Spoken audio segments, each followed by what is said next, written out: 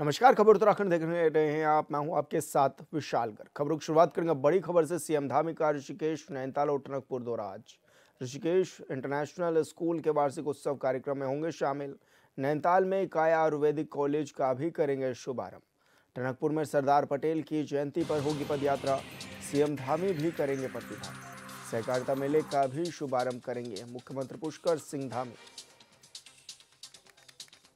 तो बड़ी खबर आप तक पहुंचा रहे हैं, जहां पर मुख्यमंत्री पुष्कर सिंह धामी आज ऋषिकेश, नैनीताल और टनकपुर में रहने वाले हैं। उनका दौरा काफ़ी खास भी माना जा रहा है। ऋषिकेश में इंटरनेशनल स्कूल के वार्षिक उत्सव कार्यक्रम में शामिल होंगे। नैनीताल में काया आयुर्वेदिक कॉलेज का भी शुभारंभ करेंगे। इसी के साथ ही टनकपुर में सरदार पटेल की जयंती पर पदयात्रा होगी, उसमें भी शिरकत करेंगे और सहकारिता मेले का शुभारंभ भी करेंगे मुख्यमंत्री पुष्कर सिंह धामी।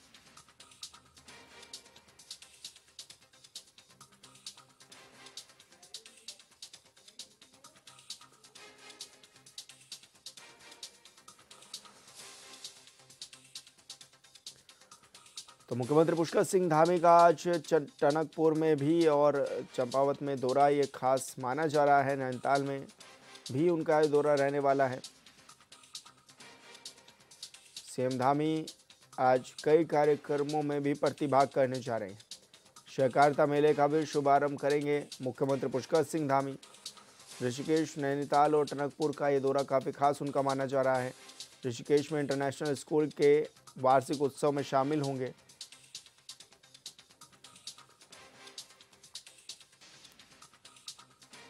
और संवाददाता योगेश आर्या हमारे साथ फोन लाइन पर जुड़ गए हैं। योगेश, क्या कुछ जानकारी मिल पा रही है मुख्यमंत्री पुष्कर सिंह धामी के आज क्या क्या कुछ खास प्रोग्राम रहने वाले हैं? देखिए विशाल, मुख्यमंत्री पुष्कर सिंह धामी की आज अगर कार्यक्रमों की बात करें तो वह ऋषिकेश जाएंगे, इसके साथ साथ टनकपुर जाएंगे और इसके अलावा अगर देखा जाए तो उनका कार्यक्रम नैनीताल में भी रहने वाला है। और अगर पहले कार्यक्रम की बात करें तो पहले कार्यक्रम ऋषिकेश इंटरनेशनल स्कूल में वार्षिक उत्सव कार्यक्रम है, जिसमें मुख्यमंत्री पुष्कर सिंह धामी किसी प्रतिभाग करने वाले हैं। इसके बाद जो है 11:30 बजे नैनीताल के लिए वह रवाना होंगे। काया आयुर्वेदिक कॉलेज का वह आज शुभारंभ करने जा रहे हैं और उसमें देखा जाए तो अगर तीसरे कार्यक्रम की हम बात करें तो दोपहर बाद वह टनकपुर में जो पदयात्रा होने जा रही है उस पदयात्रा में शामिल होंगे। यह पदयात्रा जो है लोकप्रिय सरदार वल्लभ भाई पटेल की जयंती के अवसर पर जो विशेष नेतृत्व के आह्वान पर निकाली जा रही है, उसके चलते जो है ये पदयात्रा निकाली जाएगी और शाम 5 बजे टनकपुर में ही उनका कार्यक्रम रहने वाला है। सहकारिता मेले में शुभारंभ करेंगे, उसमें वह शामिल होंगे और रात्रि प्रवास के जो है खटीमा स्थित अपने सीएम आवास पर करेंगे। तो निश्चित तौर पर देखा जाए तो आज के कार्यक्रम उनके रहने वाले हैं और आज के इन कार्यक्रमों में वे शिरकत करेंगे। जी, लेकिन योगेश, जैसा ये भी देखा जा रहा है कि मुख्यमंत्री पुष्कर सिंह धामी लगातार क्षेत्रों का दौरा भी कर रहे हैं, प्रवास भी कर रहे हैं। बाकी विधायक और मंत्रियों को भी ये कहा गया था कि वो भी अपने क्षेत्रों में प्रवास करें, क्या वो भी करते हुए नजर आ रहे हैं? देखिए मुख्यमंत्री पुष्कर सिंह धामी लगातार जो है अपने क्षेत्रों में जो है डटे हुए हैं और ऐसे में जिस जिस वे इलाके में जा रहे हैं वहां पर जो है विश्राम भी कर रहे हैं। और इसके अलावा जो है ये भी उनकी ओर से आह्वान किया गया था कि जितने भी मंत्रीगण हैं, विधायकगण हैं, वे अपने इलाकों में ऐसे गाँव में जाएं जहां पर जो है विश्राम किया जा सके और इसके साथ साथ वहां के लोगों से मूलभूत सुविधाएं किस तरह से मिलनी चाहिए, नहीं मिल पा रही हैं, उसका पूरा खाका तैयार किया जाए ताकि लोगों को एक महसूस हो कि जनता ने जिन प्रतिनिधियों को चुनकर भेजा था वे उनके समक्ष आ रहे हैं और उसके साथ रात्रि विश्राम करने के साथ उनकी समस्याओं को जानने का प्रयास कर रहे हैं। लेकिन इसमें देखा जाए तो अभी तक इस तरह की तस्वीरें अन्य जनप्रतिनिधियों की नहीं देखने को मिल रही है। जिस तरह से मुख्यमंत्री लगातार जो है क्षेत्रों में जा रहे हैं, वहां पर विश्राम कर रहे हैं, तो निश्चित तौर पर इस तरह से जो आह्वान किया गया था उसमें देखना होगा कि कब तक जो अन्य जनप्रतिनिधि है वह अपनी रुचि दिखाते हैं और सहभागिता करते हैं। जी जी बिल्कुल योगेश, बहुत शुक्रिया आपका तमाम जानकारी साझा करने के लिए। बुधवार को सीएम पुष्कर सिंह धामी ने देहरादून में 28वें अखिल भारतीय वन क्रीड़ा प्रतियोगिता 2025 का शुभारंभ किया। महाराणा प्रताप स्पोर्ट्स कॉलेज रायपुर में उद्घाटन समारोह का आयोजन हुआ, जिसमें मार्च पास्ट, मशाल प्रज्वलन के साथ ही सांस्कृतिक कार्यक्रम भी हुए। कार्यक्रम की अध्यक्षता कर रहे मुख्यमंत्री पुष्कर सिंह धामी ने कहा कि वन कर्मियों का फिट रहना बहुत जरूरी है, क्योंकि वही वन और पर्यावरण की रक्षा के असली प्रहरी हैं। उन्होंने कहा कि उत्तराखंड खेल और पर्यावरण संरक्षण का अग्रदूत बना हुआ है। मुख्यमंत्री धामी ने कहा कि ये हमारे लिए गर्व की बात है कि इस प्रतियोगिता की मेजबानी का सौभाग्य उत्तराखंड को मिला है।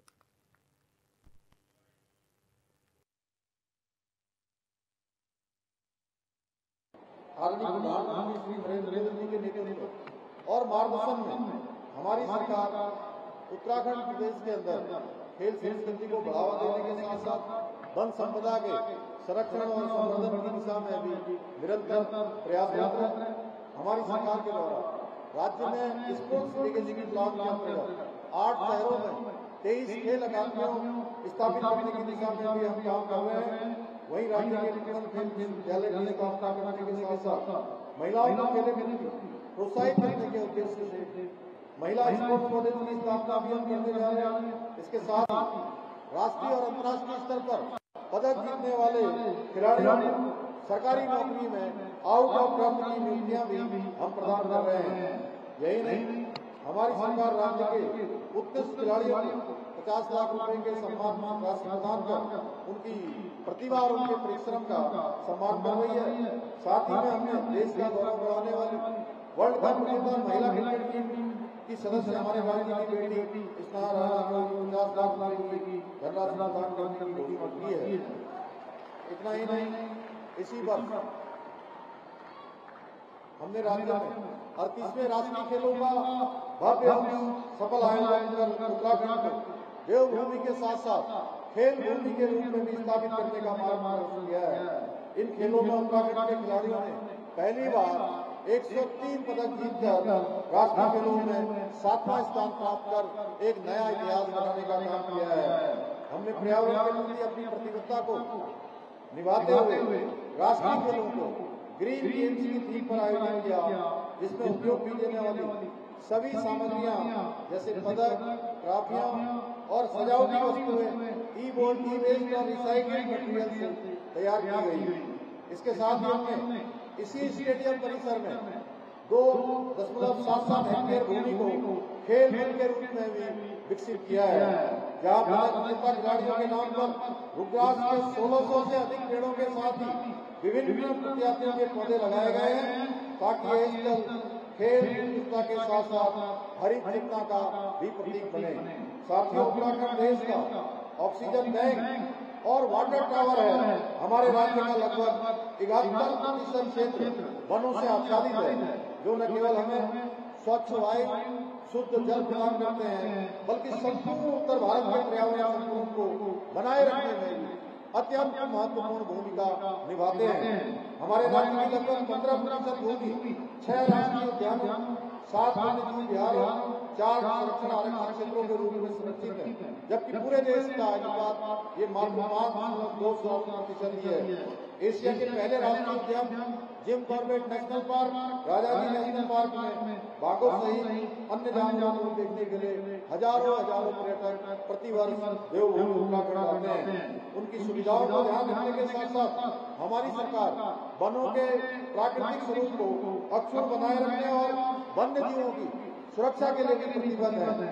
आज हमारे सामूहिक प्रयासों से बाघ, गुलदार, हाथी, हिम जैसे दुर्लभ वन्य प्राणियों की संख्या में उत्साहजनक रूप से वृद्धि हुई है, परंतु इसके साथ साथ मानव वन्य जीवन संघर्ष की चुनौतियां भी बढ़ी हैं। इस संघर्ष को कम करने के लिए अब हम आधुनिक तकनीकी और वैज्ञानिक उपायों का सहारा ले रहे हैं।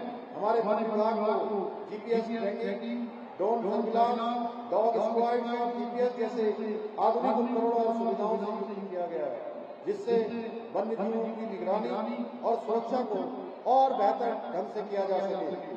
हमारी सरकार द्वारा जहां एक राज्य में सीएम इको योजना को संचालित कर युवाओं को nature guide, drone pilot, wild life photographer, trekking guide और इको टूरिज्म जैसे क्षेत्रों में प्रशिक्षित किया जा रहा है, वहीं हम इको डेवलपमेंट कमेटियां और मेंटर राइड जैसी पहलों के माध्यम से स्थानीय समुदायों को वन्य जीव संरक्षण और पर्यटन से जोड़कर उनके आजीविका को भी सशक्त बना रहे हैं। इसके साथ ही प्रदेश के प्रत्येक जिले में इको क्लब के माध्यम से विद्यार्थियों को वन्य जीव और पर्यावरण संरक्षण से जुड़ी शैक्षिक यात्राओं का अवसर भी प्रदान किया जा रहा है।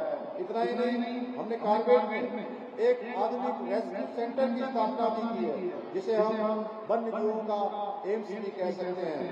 इस सेंटर में घायल और बीमार वन्य जीवों के उपचार और पुनर्वास की अत्याधुनिक सुविधाएं उपलब्ध कराई जा रही हैं। इसके साथ ही मानव वन्यजीव संघर्ष में दी जाने वाली मुआवजे की राशि को 6 लाख से बढ़ाकर 10 लाख रुपए कर दिया है। आज हमारे बीच में आदरणीय भूपेंद्र जी को भी यहाँ उपस्थित होना था, लेकिन वो हमारे बीच में नहीं आए। मैं उनका बहुत धन्यवाद देता हूँ कि उनके माध्यम से लगातार अनेक योजनाओं को हमारे यहाँ पर, चाहे वन विभाग की एनओसी मिलनी हो या अन्य काम होने हो, क्योंकि हमारा बहुत बड़ा मार्ग विकास का तो देवभूमि उत्तराखंड के अंदर जो विकास हमारा जाता है उसके वन विभाग से ही होकर जाता है। और इसलिए हमारा प्रदेश पर्यटन और वन्यजीव संरक्षण दोनों के लिए अत्यंत महत्वपूर्ण है, जिसके अंतर्गत वाइल्ड लाइफ हॉस्पिटल और आधुनिक सेंटर की भी स्थापना की जा रही है। इस परियोजना में भूमि आवंटन से लेकर सभी प्रक्रियाएं पूर्ण हो चुकी हैं। केवल प्रशासनिक बाधाएं हैं जिन्हें वन विभाग के मार्गदर्शन में सहयोग से जल्दी ही दूर कर दिया जाएगा। लक्सर में बार एसोसिएशन की ओर से निर्माणाधीन कोर्ट में चैम्बर की मांग उठने लगी है। एडवोकेट एसोसिएशन बार के सम्मान कार्यक्रम में पहुंचे हरिद्वार सांसद त्रिवेंद्र सिंह रावत के सामने वकीलों ने ये मांग रखते हुए उन्हें ज्ञापन सौंपा है, जिसमें कहा गया है कि सांसद निधि या अन्य माध्यम से वकीलों का चैम्बर निर्माण कराया जाए।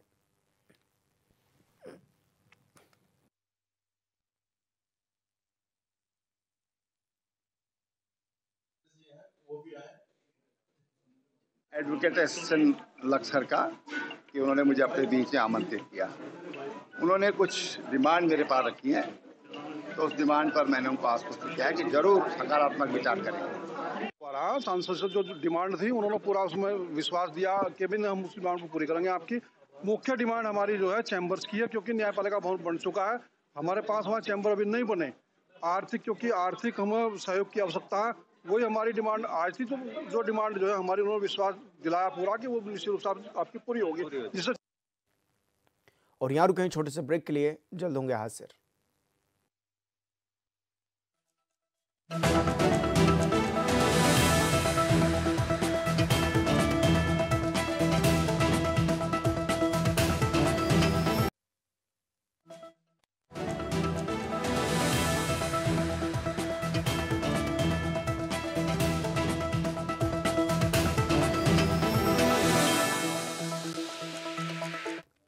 ब्रेक के बाद स्वागत है आपका। खबरों में आगे बढ़ेंगे। उत्तराखंड कांग्रेस में हाईकमान के ताजा फैसले ने संगठन के अंदर सियासी भूचाल ला दिया है। प्रदेश अध्यक्ष और जिला अध्यक्षों की लिस्ट जारी होने के बाद पार्टी के कार्यकर्ताओं ने हाईकमान के फैसले के खिलाफ नाराजगी जताई है। दरअसल काशीपुर महानगर अध्यक्ष पद के लिए कांग्रेस के ज्यादातर पार्षदों और वरिष्ठ कार्यकर्ताओं ने मनोज अग्रवाल का नाम पर सहमति जताई थी। हाईकमान के ऑब्जर्वर दौरे के दौरान भी मनोज अग्रवाल का नाम सबसे मजबूत दावेदार माना जा रहा था। कार्यकर्ताओं का मानना था कि मनोज अग्रवाल वो चेहरा है जो संगठन को एक सूत्र में बांध सकता है और 2027 विधानसभा चुनाव में कांग्रेस को जीत की राह दिखा सकता है। लेकिन हाईकमान ने सभी उम्मीदवारों की उम्मीदों पर पानी फेरते हुए अलका पाल को महानगर अध्यक्ष बना दिया है। इस फैसले के बाद कार्यकर्ताओं में गहरा असंतोष भी है।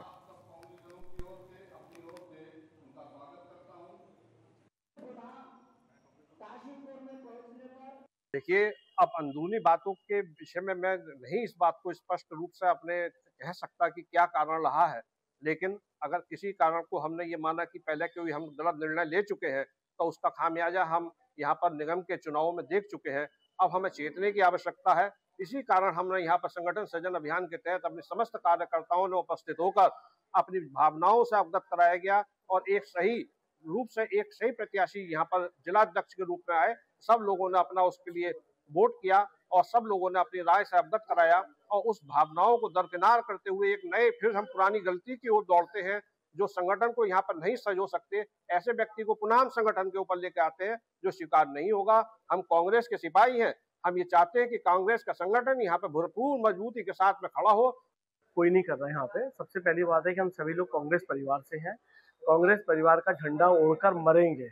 सबसे पहली बात ये है, यदि परिवार में कोई भी निर्णय सही और गलत होता है, स्वतंत्रता है सबके बीच में। आज पूरा का पूरा वरिष्ठ कांग्रेस परिवार, सारे वरिष्ठ कांग्रेसी, बुजुर्ग कांग्रेसी, महिला कांग्रेस, हमारे यूथ कांग्रेस पार्षद सारे के सारे ब्लॉक अध्यक्ष, महिला अध्यक्ष, सभी लोग यहाँ पर उपस्थित थे। सभी लोगों का एक ही बात एक सुर से कहने का है कि जब संगठन सृजन अभियान चलाया गया, उस संगठन सृजन अभियान में एक ही बिंदु था कि जो कार्यकर्ताओं की राय होगी, उस राय के उपरांत नगर अध्यक्ष चुना जाएगा। द्वाराहाट में त्रिस्तरीय पंचायती उपचुनाव में नामांकन पत्रों की बिक्री शुरू हो गई है। खंड विकास कार्यालय के परिसर में ग्राम पंचायत सदस्यों के उम्मीदवारों की भीड़ नजर आई। नामांकन पत्रों की बिक्री कुल 539 ग्राम पंचायत सदस्यों और एक ग्राम प्रधान पद की हुई है, जबकि नामांकन किसी भी पद पर नहीं हुआ है। खंड विकास अधिकारी संतोष जेठ ने बताया है कि उनकी ओर से 11 न्याय पंचायतों के 11 टेबल लगाए गए। 692 ग्राम सभा सदस्यों के पद के सापेक्ष 539 नामांकन पत्रों की बिक्री हुई है।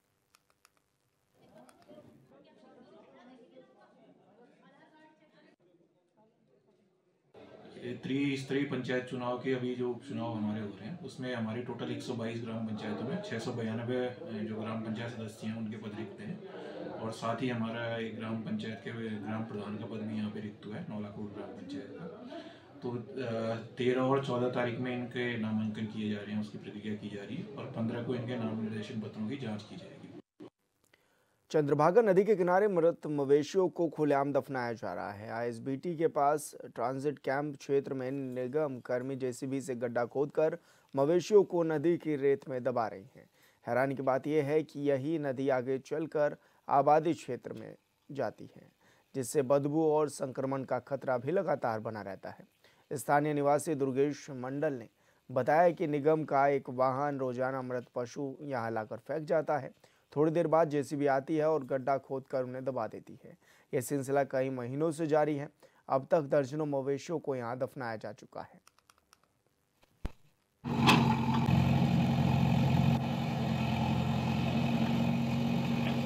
कितने टाइम से भैया यहाँ पे जो मवेशी है दफनाए जा रहे हैं उन्हें? 1-1.5 महीने से। कितने दफना दिए होंगे अब तक? दफना दिए होंगे 15-20। या आप लोग यहीं रहते हैं? दुर्गंध बदबू आती होगी? आती है। मैं तो आज ही आया मशीन पर ना। अच्छा, आज ही आए, ठीक है। परमिशन वगैरह भी थी कोई? बहुत उन्हीं को पता होगा, जो मेरा आज ही आया ना मशीन पर भी। हाँ। बाकी उनको पता होगा, नगर निगम वालों। पैसे भी मिले आपको? नहीं, कुछ नहीं। अच्छा, ऐसी नगर निगम की तरफ से आए? हाँ जी, हाँ जी। अच्छा, ठीक है। ये मशीन ये नगर निगम ही लगी है। नगर निगम की है मशीन। उत्तराखंड क्रांति दल नेता और पूर्व विधायक काशी सिंह एरी लोहाघाट पहुंचे, जहां उन्होंने कहा है कि राज्य बनने के दौरान उत्तराखंड की जनता ने जो सपने देखे, बीते 25 सालों में उन सपनों को साकार होते नहीं देखा गया। उन्होंने कहा कि विकास सिर्फ तराई क्षेत्र में हुआ है, आज भी पर्वतीय क्षेत्र विकास की राह देख रहे हैं। बीते 25 सालों में बीजेपी और कांग्रेस सरकार ने बारी बारी से जनता को ठगने का काम किया है।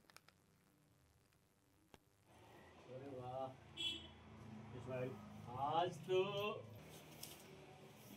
देखिए, जो चीज़ें हम जनता को बताते थे कि भाई ऐसा नहीं हुआ है, ऐसा होना चाहिए, वो खुद जनता हमसे कह रही कि नहीं आप आइए, ये चीज़ होनी चाहिए। जनता के अंदर खुद ये भावना आ गई है कि भाजपा और कांग्रेस ने 25 साल तक इस प्रदेश को लूटा है और यहाँ का विकास नहीं किया है, यहाँ के लोगों की नहीं सुनी है, इसलिए यूकेडी को आना चाहिए, ये जनता खुद कह रही है। अब हमारे साथियों का, उत्तराखंड क्रांति के साथियों का ये ड्यूटी है, ये कर्तव्य है कि वो जनता के बीच में जाएं, उनसे मिलें और उनकी बातें सुन के इस मुहिम को आगे बढ़ाएं, जनता को इसके साथ जोड़ें। तो यही एक तरीका है। तो बिल्कुल कम बैक होगा, बिल्कुल होगा।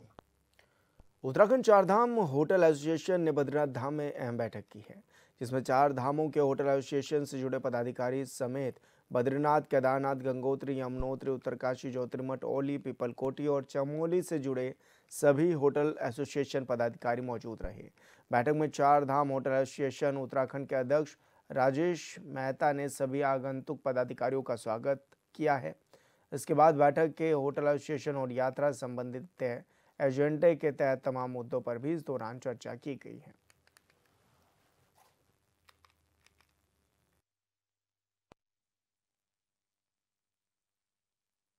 जय बद्री विशाल, भगवान बद्री विशाल के चरणों में, चारों धामों में प्रणाम करके मैं अपनी बात को ऐसा रखूँगा कि अभी चारधाम और होटल एसोसिएशन की एक बैठक बद्रीनाथ में बुलाई है हम लोगों ने, और इसका मूल उद्देश्य यह है कि 2025 यात्रा की हमने समीक्षा की है और 2026 की यात्रा में जो जो कमियां हैं और जो हमारी मांगे हैं उसके लिए हमने ये बैठक की है।